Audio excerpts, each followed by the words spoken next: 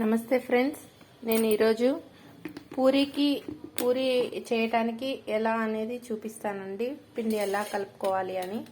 మనం హెల్దీగా చేయాలి అనుకుంటే అచ్చం మనం మైదా పిండే కాకుండా కొద్దిగా గోధుమ పిండిని కూడా యాడ్ చేసుకుంటే మనకి హెల్దీకి టేస్టీకి ఏమి తక్కువ కాదండి.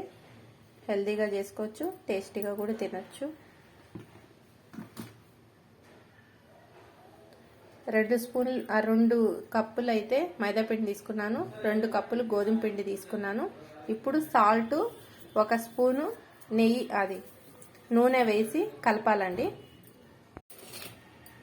ఒక 1.5 స్పూన్ అయితే ఆయిల్ వేసుకున్నా అండి. దీనికి తగినంత సాల్ట్ వేసుకోవాలి. సాల్ట్ వేసుకొని ఈ నూనె సాల్ట్ అన్ని పిండికి పట్టేంత వరకు ఒకసారి కలుపుకోవాలి. కలుపుకొని ఇప్పుడు కొంచెం వాటర్ వేసుకుంటూ మనం చపాతీ పిండికి ఎలా కలుపుకుంటామో అలా ముద్దలాగా కలుపుకోవాలి. ఇలా పిండి అయితే కలుపుకోవాలండి. చూడండి, ఇలా కలుపుకోవాలి. ఇప్పుడు ఒక 2 స్పూన్స్ అయితే మళ్ళీ ఆయిల్ వేసుకొని కొద్దిసేపు మూత పెట్టి కొద్దిసేపు నాననివ్వాలండి. పిండి నానిన తర్వాత మళ్ళీ మనం కలుపుకొని పూరీలు వేసుకుంటే బాగా పొంగుతాయి. ముందు ఒక 1.5 స్పూన్ అయితే ఆయిల్ వేసుకున్నాం, సాల్ట్ వేసుకున్నాం, వాటర్ వేసుకొని కలుపుకొని మళ్ళీ ఒక 2 స్పూన్స్ అయితే ఆయిల్ వేసుకొని పిండి అయితే ఇలా కలుపుకోవాలండి. కలుపుకొని ఒక హాఫ్ అన్ అవర్ అయితే నానబెట్టాలి. ఇలా మూత పెట్టి నానబెట్టాలి. మనం మూతను కానీ తడిగుడ్డను కానీ పెట్టుకోవచ్చండి. నేనైతే ఇలా మూత పెట్టి పెడుతున్నా అండి. చూడండి ఫ్రెండ్స్, పూరీలను అయితే నేను ఇలా చేసుకున్నా అండి. పూరీల్ని చేసుకునేటప్పుడు కూడా మరీ మందంగా కాకుండా మరీ పలుసగా కాకుండా సైజులో కూడా చిన్నగా చేసుకోవాలండి. మరీ పెద్దగా చేసి మనం వేస్తే కూడా పూరీలు అనేది పొంగవండి. మనం చేసేటప్పుడే కొద్దిగా చిన్నగా చేసుకోవాలి.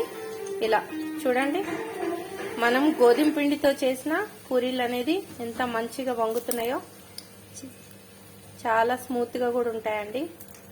ఇలా మనం ఆయిల్ బాగా కాగిన తర్వాత ఇలా ఒక్కొక్క పూరీనే వేసుకోవాలి. ఈ చేసే దాంట్లో కూడా ఉంటుందండి. మరి పెద్ద సైజులు చేసి వేసి పొంగలేదు అంటే మనం కూడా ఏం చేయలేము. ఇలా చిన్న సైజులో మనం పూరీలు అయితే చేసుకుంటే టేస్టీ చాలా స్మూత్గా కూడా ఉంటాయి. మనం హెల్దీగా కూడా చేసుకోవచ్చండి. మైదా పిండితోనే చేయాలి, అలా చేస్తేనే టేస్ట్ ఉంటుందని ఏం కాదు. ఇలా గోధుమ పిండితో సగం గోధుమ పిండి సగం మైదా పిండి వేసుకొని ఆయిల్ కూడా మనం ఎక్కువ వేసుకోకూడదండి. కొంచెమే ఆయిల్ వేసుకోవాలి. ఎందుకంటే మళ్ళీ హీట్ చేసి అదే ఆయిల్ని మళ్ళీ వాడొద్దని అంటున్నారు కాబట్టి ఎప్పుడైనా వారానికి ఒకసారి అలా అయితే చేసుకోవచ్చండి. ఆయిల్ ఫుడ్స్ అయితే డైలీ అయితే మనం ఏం తినకూడదు.